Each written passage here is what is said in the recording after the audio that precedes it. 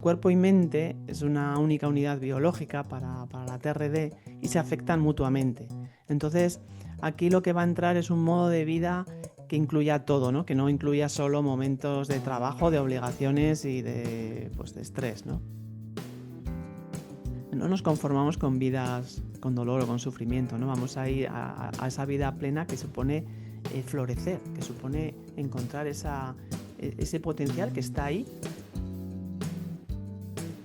Y es un pilar que de alguna manera justifica esta frase que muchas veces uno dice de la TRD transforma la vida de las personas. Desde la autogénesis vamos a ser responsables de nuestra propia vida. Pone en manos de la persona el poder de transformar su vida y su salud, ¿sí? Si convives con dolor u otros síntomas persistentes, este espacio es para ti. En esta nueva temporada del podcast de la TRD, seguimos compartiendo cómo revertir el dolor y otros síntomas desde un enfoque científico, integrador y transformador. La terapia reversión del dolor. Un método paso a paso respaldado por la evidencia, pero también por historias reales de sanación. Aquí encontrarás conocimiento, herramientas prácticas, emociones compartidas y un camino posible hacia la recuperación definitiva. Bienvenida, bienvenido a esta segunda temporada del podcast de la terapia reversión del dolor. Aquí encarnamos la libertad de una vida sin sufrimiento. Comenzamos.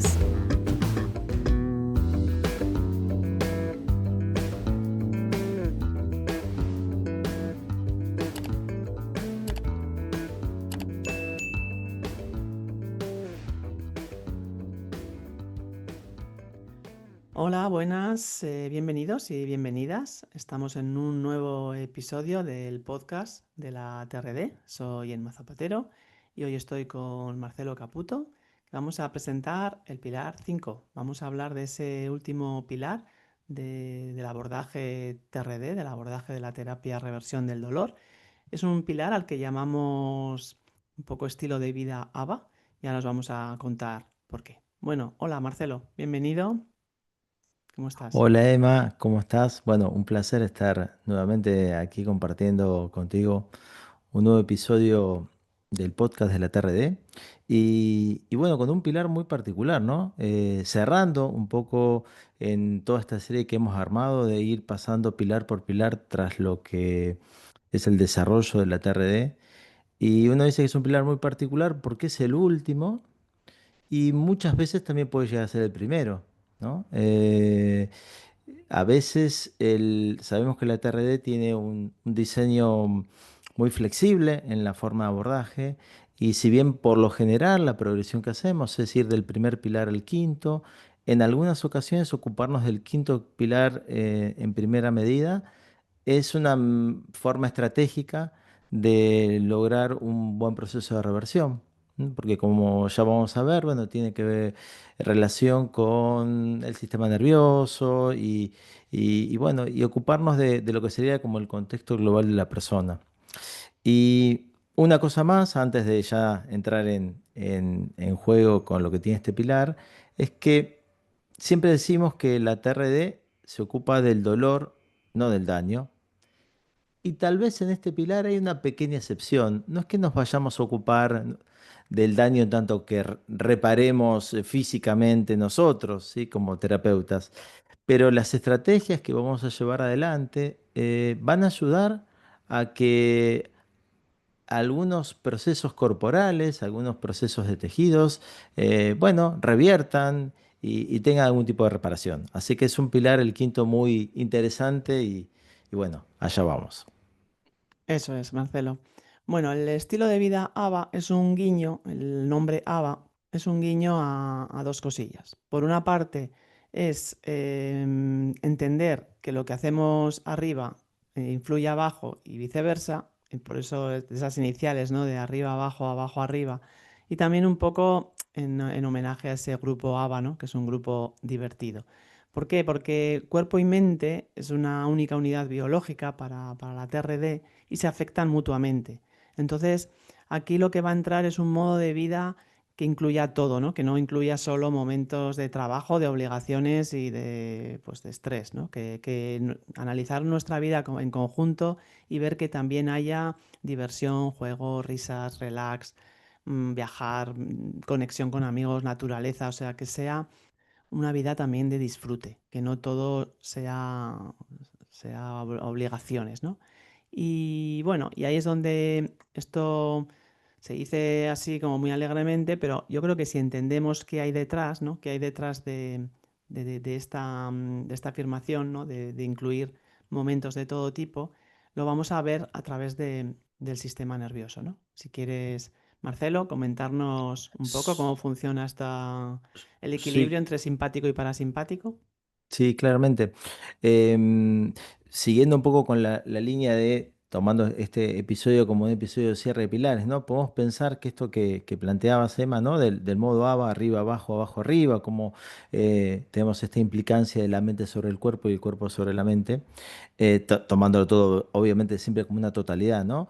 Los tres primeros pilares, de alguna forma, tendrían un cierto predominio de lo que sería el arriba-abajo. Y el cuarto, que vimos hace poco de movimiento, y este quinto, bueno, daría más respuesta a esto del abajo arriba, ¿no? De poner en juego más la corporalidad en forma plena, ¿no? Y claro, el modo ABA básicamente se ocupa de regular el sistema nervioso autónomo, si tuviéramos que dar como una idea muy sintética, ¿no? Y cuáles serían los objetivos que perseguiríamos con el tema de llevar adelante el modo ABA? Bueno, generar respuestas de calma, de relajación y también de crecimiento y regeneración, como decíamos recién. Y el sistema nervioso está por debajo, de alguna forma, de toda la estrategia global que tiene la TRD. De hecho, no solo lo dice Encarna Espuña, la creadora de la terapia de reversión del dolor, otros investigadores, otros grandes terapeutas en los cuales nos basamos. Alan Gordon, por ejemplo, en una reciente conferencia planteaba lo mismo. Podemos utilizar muchas herramientas, audios, distintas cuestiones, pero si nos olvidamos de la regulación del sistema nervioso, bueno, todo lo que hagamos de alguna forma caerá un poco en saco roto, ¿no? Y, y el sistema nervioso autónomo, recordamos, no vamos a hacerlo muy técnico, ¿no? Pero en la fase simpática y parasimpática, bueno, lleva adelante un montón de funciones. ¿Qué es lo que habitualmente, qué es lo que sucede? Bueno, que están en cierta sincronía, correspondencia y equilibrio. Uno, el simpático, activándonos para la vida, para llevar adelante acciones que nos permitan superar desafíos o situaciones complicadas. Y el sistema parasimpático que nos relaja, nos lleva a la calma. Y de esa manera vamos como regulando todas nuestras acciones y tenemos un equilibrio en nuestra mente-cuerpo. ¿Qué es lo que vemos en personas con dolor crónico? Para ya ir yendo más de lleno a lo que nos trae hoy. Bueno, este equilibrio se ha roto y encontramos un predominio fuerte del sistema simpático. Esto lo vemos en un montón de actitudes, situaciones, correlatos físicos, hipervigilancia por parte de la persona eh, y un menoscabo del desarrollo del sistema parasimpático. Con lo cual, lo que vamos a intentar desde este pilar es que ese equilibrio sea restablecido y que la parasimpaticotonía, como lo llamamos, o sea, el desarrollo del parasimpático, pueda volver a tener el desarrollo necesario. Eso como gran contexto. ¿Cómo lo ves, Emma? ¿Qué podemos agregar a esto? Sí, sí, sí, totalmente, ¿no? Además, bueno, también aquí podemos hablar un poquito de esa teoría polivagal, ¿no? Que está muy también en boga ahora mismo, sabiendo que el parasimpático ventral, ¿no? Esa rama del nervio vago, que es la que nos va a llevar a la seguridad, que un poco es el objetivo, ¿no? De la reversión del dolor. Dejar de activar alarmas innecesarias. Entonces, si hay alarmas innecesarias es porque en algún momento nuestro sistema nervioso no está percibiendo seguridad. Y esto, pues hay que ver cómo llevarlo de nuevo ahí, ¿no? De pasar de esa alarma, de esa amenaza a la seguridad. Esto también se está viendo pues en la psiconeuroendocrinoinmunología, que también ahora está muy, muy de moda. ¿Por qué? Porque la psicología, o sea, la mente, las emociones, nuestro estrés, mayor o menor, va a afectar al sistema nervioso, que a su vez va a afectar al sistema endocrino y al inmunológico. Todos los sistemas hablan entre sí, todo está unido. Ya no podemos hablar de mente por un lado, cuerpo por otro, todo afecta a todo. Por eso el trabajo con la TRD va a ser mental, ¿no? Cuando hablamos de los pilares iniciales, pero también vamos a tener que ir al cuerpo y ver cómo estamos comiendo, cómo estamos durmiendo, cómo estamos respirando, qué actividad física estamos haciendo, todo lo que nos lleve a relajación, todo lo que sea mindfulness, meditación. También, bueno, tú que eres experto en compasión, luego nos cuentas un poco cómo podemos aplicar Ujú. mindfulness y compasión en este pilar. Yo diría, pues, todas las actividades de conciencia corporal, tipo yoga, tai chi, qigong, Feldenkrais, todas las que nos ayuden a ser conscientes de esa interocepción para desactivar alarmas por sensaciones corporales neutras, ¿no? Esto también Mm. es un poco del pilar 3 de las emociones, pero es que nuestro sistema nervioso está todo el rato ahí en escucha, el nervio vago está vagabundeando por todo el cuerpo, escuchando lo que dicen nuestras tripas, nuestro corazón, nuestra respiración. Entonces, ser consciente de esas sensaciones corporales, tener conciencia corporal va a ser muy importante, ¿no? Pero bueno, muchas más cosas, ¿no? Todo lo que tiene que ver con la salutogénesis, ¿no? De que todo lo que sabemos, hacer ejercicio, pasear por la naturaleza, tomar el sol, mucho trabajo también con el cuerpo en el sentido de cantar, de bailar, de jugar, de moverse, yo creo que en cualquier formato que sea divertido para nosotros, porque el movimiento cuando es divertido es cuando vamos a activar ese parasimpático. Entonces, bueno, háblanos un poco, Marcelo, de mindfulness y compasión. ¿Cómo lo ves en este pilar? Bueno, a ver, claramente, y escuchándote, y bueno, y recordando un poco la charla previa a a esta grabación.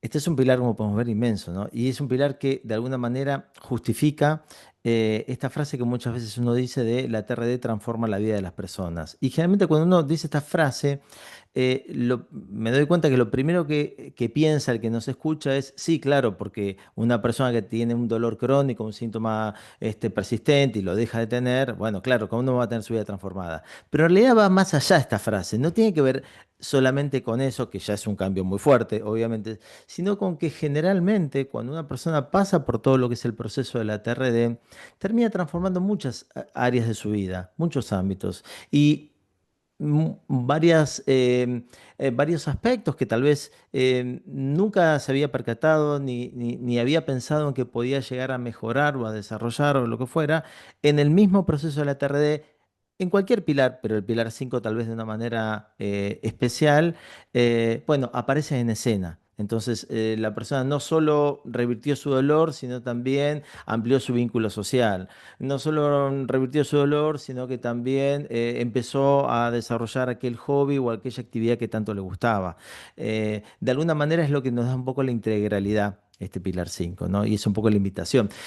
Para tomar alguna de las tantas cosas que mencionaste, al pasar, la salutogénesis, por ejemplo, ¿no? La salutogénesis, ese concepto tan importante que desarrolla Antonovsky en los años 60, 70, que es una revolución realmente. Es una revolución porque pone en manos de la persona el poder de transformar su vida y su salud, ¿sí? Eh, no como un aspecto que eche por tierra el modelo biomédico tradicional más patogénico, sino como una forma complementaria, ¿no? Desde la salutogénesis vamos a ser responsables de nuestra propia vida. Un poco tomando esto que vos decías, Emma, de llevar hábitos de vida saludable, la comida, la alimentación, el dormir, el esparcimiento, lo social, etcétera, etcétera. Entonces, es un cambio y es un posicionamiento totalmente diferente que empieza en los años 60, 70, en 77 recordamos, se expresa a través de Engel lo que es el modelo biopsicosocial, ¿sí? Modelo biopsicosocial que es tomado por distintos abordajes. La TRD se nutre claramente del modelo biopsicosocial hasta que llegamos a los años 80, 90 y ya siglo XXI con lo que son las neurociencias del dolor. Como vemos, todo tiene una pequeña historia y vamos de alguna manera apoyándonos en desarrollos importantes que se han dado a lo largo de este tiempo. no quiero que dejemos de mencionar algo que parecería como más, más lírico o más poético, pero que hace también muchas veces a los tratamientos TRD y hasta el tratamiento bien específico del dolor, como es, por ejemplo, el propósito de vida. ¿Sí? Hay un término que está ganando la calle hace ya varios años, que es Ikigai, ¿no? Este concepto japonés, pero más allá del término en sí mismo de Ikigai, pensemos en el propósito de vida, ¿no? Y uno puede decir, bueno, sí, qué interesante, propósito de vida, pero estamos acá para hablar de dolor, porque es lo que nos trae, lo que nos importa. Bueno, pero todo se entrelaza. No voy a hacer nombres, pero en este momento estoy recordando a una paciente que tenía con migrañas terribles, que logró revertirlas, ya por suerte, y lo que estaba en juego era justamente el propósito de vida. O sea, era una persona que no tenía ningún propósito en su vida, que cumplía con su trabajo, que era muy responsable y que cuando llegaba a su fin de semana no tenía mucho para hacer. Y claro, en vez de confrontarse con la angustia, con ese vacío existencial que tenía su existencia, valga la redundancia de palabras, perdón, venía el dolor. Y el dolor venía justamente a protegerla, entre comillas, de no entrar en contacto con esa emoción. Ujú. Cuando pudimos trabajar su propósito de vida, entre otras cosas, pero fuertemente esto, su dolor revirtió. Entonces, vemos como todos los pilares dialogan entre sí, porque uno podría decir, bueno, pero acá también estamos hablando de pilar 3, estamos hablando hasta de pilar 2. Sí, claro. Bueno, el 5 de alguna manera nos termina envolviendo a todos, ¿no? Así que bueno, como vemos, es un pilar que nos invita a pensarnos en nuestra totalidad y más allá de nosotros. Se nutre, por ejemplo, también de los aportes de la psicología positiva, muy sintéticamente. La psicología positiva nos habla de que tenemos tres vías de alguna manera para desarrollar eh, satisfacción, bienestar, alegría, felicidad en última instancia. Una vía más hedónica, que tiene que ver con este placer más inmediato, esta vía más como dopaminérgica, donde hacer actividades muy lúdicas, pero más vinculadas a el placer inmediato, termina entregándome un placer justamente muy inmediato, la vía hedónica. La vía eudaimónica, donde pongo en juego mis fortalezas, mis habilidades. Por ejemplo, vos, Emma, que siempre te veo en tus redes que estás haciendo trekking, escalando, bueno, poniendo en juego algo que te trae disfrute, pero hay que poner también las habilidades, ¿no? Y la tercera vía es la trascendencia, es el ir más allá de nosotros mismos. Bueno, ¿por qué les estoy contando todo esto? Bueno, porque se ha comprobado, y hay un montón de papers que lo refrendan, que poder tener una armonía entre estas tres vías, la hedónica, la eudaimónica y la trascendente, generan un mayor nivel de desarrollo, entre otras cosas, por ejemplo, de telomerasa, que es una enzima que nos permite reparar una porción de nuestros cromosomas que tienen que ver con el desgaste celular, ¿sí? Que tienen que ver con un mayor nivel de disfrute sostenido, etcétera, etcétera. Entonces, como vemos, tenemos una mirada muy amplia desde este quinto pilar y bueno, y nos va a invitar a tener una visión más global. Ahora, como siempre, esto tampoco es automático y volvemos al famoso pensamiento pastilla, pensamiento proceso, ¿no? Que nos ocupemos de estos hábitos saludables no nos va a entregar per se, ¿cómo decir? Tenemos que hacerlo de alguna manera permitiendo que el proceso se lleve adelante. ¿No es cierto, Emma? Eso es. ¿Cómo lo Y ves? además hacerlo con amabilidad, ¿no? Y con ese tratarnos bien, ¿no? Porque si pasamos a tengo que comer bien, tengo que dormir, tengo que hacer ejercicio, tengo que, o sea, salir de los deberías, de los mandatos, de la rigidez. Vamos a ir un poco al elijo, pruebo, exploro, avanzo y retrocedo, me permito fallar, me permito el error, porque el error es la base del aprendizaje, es un escalón más hacia nuestra vida mejor, ¿no? Entonces, si estamos hablando de seguridad, cuidado también con entrar aquí en modo exigencia, ¿no? Vamos a ir a ese tratarnos bien, con afecto positivo y con autocompasión. Y lo que has dicho del sentido de la vida, del propósito, me parece fundamental, ¿no? Porque yo también he tenido varios consultantes que me han dicho, es que más allá del dolor, me ha cambiado la forma de mirar el mundo, me ha cambiado la forma de ver la vida y también ha sido porque se han dado cuenta de que había bastante diferencia entre lo que estaban siendo y lo que realmente eran, porque no es lo mismo. Vamos al nacer, vamos recibiendo mandatos de otros, vamos asumiendo una inercia y a veces nuestro potencial está ahí intentando salir, intentando decirnos que nos hemos salido de la ruta, pero no lo escuchamos, por eso tengo que, o porque debo ser así, o porque me han dicho que tengo que triunfar para ser alguien, o tengo que hacer muchos éxitos y muchos títulos y muchos triunfos. Y no es así, ¿no? Al final somos válidos simplemente por ser. No nos, no nos conformamos con vidas con dolor o con sufrimiento, ¿no? Vamos a ir a esa vida plena que supone florecer, que supone encontrar ese potencial que está ahí y que muchas veces lo hemos taponado y a raíz de este proceso, ¿no? Porque lo has dicho muy bien, es un proceso, realmente sale ese ser que tenemos ahí taponado y las personas florecen así de bonito, ¿no? Que yo lo veo como eso, como esa flor que saben que se tiene que convertir y sigue su camino, ¿no? Y nosotros a veces hemos, hemos truncado ese camino, ¿no? Por esas inercias, por esas creencias, por unos modelos internos que ya no nos sirven, que realmente están obsoletos, pero estamos ahí, seguimos un poco atrapados, ¿no? El pilar 5 yo lo veo como hacer la vida también más ligera, con más humor, con menos seriedad, Ujú. menos solemnidad, ¿no? Porque hay veces que nos hemos metido en vidas muy exigentes, muy de mucha responsabilidad, pero realmente creo que estamos aquí también para aprender, para evolucionar, pero también para disfrutar. Ese disfrute es el que va a llevar a nuestro sistema nervioso a la calma y a la seguridad, ¿no? Aparte de todas las prácticas que hemos hablado, ¿no? De mindfulness informado, indagación somática, conciencia y expresión emocional, todo lo que ya hemos hablado en el resto de pilares. Esto sería como la guinda del pastel, o bueno, o no la guinda, a veces es el principio del proceso, ¿no? Como bien has Ujú, dicho. Así que sí, yo ujú. lo veo como un pilar súper importante, pero con esa conciencia de tratarnos bien. Y digamos, con alma de explorador, ¿no? Ujú, Permitiendo que vaya sucediendo lo que tenga que suceder, em, no enfocándolo tanto desde la falta, ¿no?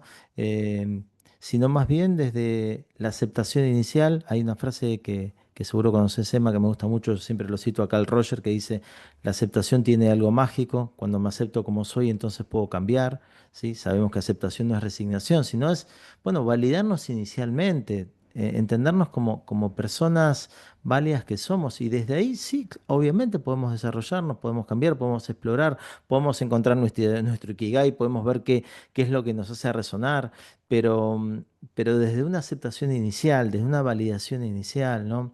Y bueno, pensaba decir otra cosa, pero ahora que digo lo de validación y aceptación inicial, se me viene a la cabeza, bueno, abrimos como otra ventana con esto, pero aunque sea muy sintéticamente, creo que hay que plantearlo. Y es el tema del trauma, ¿no? Porque hablamos hace un rato del sistema nervioso y la desregulación que encontramos. Y el nivel de prevalencia, prevalencia es un término un poco de la salud pública que tiene que ver, digamos, la frecuencia con la cual uno ve de alguna forma en una población un fenómeno o algo, ¿no? El nivel de prevalencia que encontramos en pacientes con dolor crónico, con síntomas persistentes. Retomo, el nivel de prevalencia de situaciones traumáticas, eh, generalmente experiencias adversas en la infancia, realmente es muy alto, es muy alto. Y lo último esto, bueno, esta situación traumática es una de las cosas que explican, por ejemplo, esta desregulación del sistema nervioso simpático que hablábamos al principio del episodio, ¿no? ¿Cómo no va a estar una persona que padeció, por ejemplo, trauma complejo? El trauma complejo es no un único trauma en la vida, sino pequeños traumas repetidos a lo largo de un tiempo prolongado. Por ejemplo, una persona que sufrió abuso, una persona que sufrió acoso, bullying, etcétera, ¿no? Bueno, una persona que ha padecido eso en su vida, en su niñez, en su adolescencia, por poner un ejemplo, ¿Cómo no va a tener esta impronta, este predominio simpático, esta hipervigilancia, esta desregulación, si es lo que en algún momento de alguna forma tuvo sentido? Era adaptativo que fuera así. El tema es que, bueno, ahora claramente es desadaptativo y termina siendo absolutamente negativo en su vida. Entonces, la mirada validante, la mirada compasiva que vos me mencionabas hace un rato, ¿no? Es absolutamente necesaria y es un poco lo que intentamos hacer desde la TRD, ¿no? Tener esta mirada absolutamente científica y al mismo tiempo humana, ¿no? Eh, en última instancia somos dos seres humanos que nos conectamos, uno con un poco más de conocimiento, pero tendiéndole una mano al que está padeciendo. Entonces desde ahí el aspecto compasivo es fundamental de nuestra parte como terapeutas y de la propia persona sobre sí misma, ¿no? Muchas veces encontramos personas consultantes que son muy compasivos con los demás, madres dedicadas, padres dedicados, personas solidarias, pero extremadamente autocríticos consigo mismos y se enojan fuertemente porque, entre comillas, hice mal la meditación. Como si una meditación se podría hacer mal, si lo que importa es la actitud inicial, el sentarse y el permitir que suceda lo que tenga que suceder, ¿no? Entonces, esa es una de las cosas que, bueno, que trabajamos en realidad a lo largo de los 5 pilares, pero en este pilar quinto, bueno, tenemos una nueva oportunidad de darle una nueva vuelta de tuerca, ¿no? Al tema y lograr que la propia persona pueda validarse, aceptarse, em, saber que no tiene la culpa de muchas de las cosas que le han sucedido en su vida, pero tiene la responsabilidad de hacer algo con ella. Nosotros hacemos nuestro 50% y el otro 50% lo tiene que llevar adelante el consultante. Y desde ahí es que se da esta sinergia y bueno, y la magia, si se permite esa metáfora, porque no es magia, es ciencia, de la reversión. Eh, Así sí, es, Emma. Marcelo. Sí, no, no, la importancia del vínculo es vital y de también de instalarse en un a pesar de, ¿no? A pesar de lo que me ha pasado, que no tuve la culpa, pero a pesar de eso sé que puedo salir de ahí y resignificar esos recuerdos y darle una nueva oportunidad a mi vida, ¿no? No quedarme ahí anclado porque muchas veces el dolor es un sustituto de, bueno, pues de emociones que no me permití sentir, por lo que sea, o de otras cosas, ¿no? Y eso es bueno, es un trabajo Ujú. personal que, que es personal e intransferible y además importante para, no solo para el dolor, para la vida en general. O sea, al final yo creo que el trabajo personal es infinito. Luego ya podemos seguir indagando en nosotros, en conocernos y todo va a ser para bien. Bueno, Marcelo, creo que le hemos dado una vuelta ahí a todo. No sé si quieres aportar algo más. Solo una idea, ¿no? Que articula con esto último que acabas de decir, ¿no? Hablamos mucho de proceso y el trabajo personal. Y bueno, ya que estamos cerrando estos 5 pilares, em, recordarles a quienes nos escuchan que es un proceso y es un proceso personal. Y con esto que queremos decir, no tenemos que compararnos con nadie. Cada uno tendrá sus tiempos, tendrá sus ritmos, ¿sí? A veces escuchamos mucho esto de que uy, pero yo tardé un poco más. Uy, pero que, ¿cómo puede ser que estoy aquí o estoy allá? Cada proceso es único. Y la mejor manera de ir a un paso ligero y rápido es no apurarnos. Es medio contraintuitivo, pero así funciona. Cuando no nos apuramos, el proceso tiende a expresarse con más facilidad. Cuando queremos acelerarlo para hacer, porque estamos haciendo todo perfecto y bien, lo terminamos complejizando. Así que permitamos que nuestro cuerpo, nuestra mente también es sabio y va a permitir, va a dejar que todo se vaya dando. Qué Así bueno, que, Marcelo, qué bueno que has aportado eso, porque es cierto. Muchas veces la presión o el perfeccionismo, incluso en el proceso, ¿no? Las ujú, prisas, la exigencia es lo que hace que se retrase. Así que muy bien que lo hayas aportado. Gracias. bien. Y cerramos entonces, ¿no? Pues cerramos. Pues muchísimas gracias a todas y a todos por estar al otro lado, por escucharnos. Por favor, os pedimos que enviéis este episodio o el enlace a nuestro podcast a todas las personas que creáis que les puede interesar. Queremos que se salga de estos dolores disfuncionales y queremos que este abordaje se conozca. Así que si te ha servido, por favor, expándelo y te esperamos en próximos episodios. Muchísimas gracias. Chao, hasta la próxima. Esperamos que hayas disfrutado del episodio. Si quieres ayudarnos a que este proyecto independiente continúe, compártelo. Es gratis. También puedes suscribirte a nuestro programa, dejarnos reseñas, comentarios y valoraciones. Mil gracias por estar del otro lado.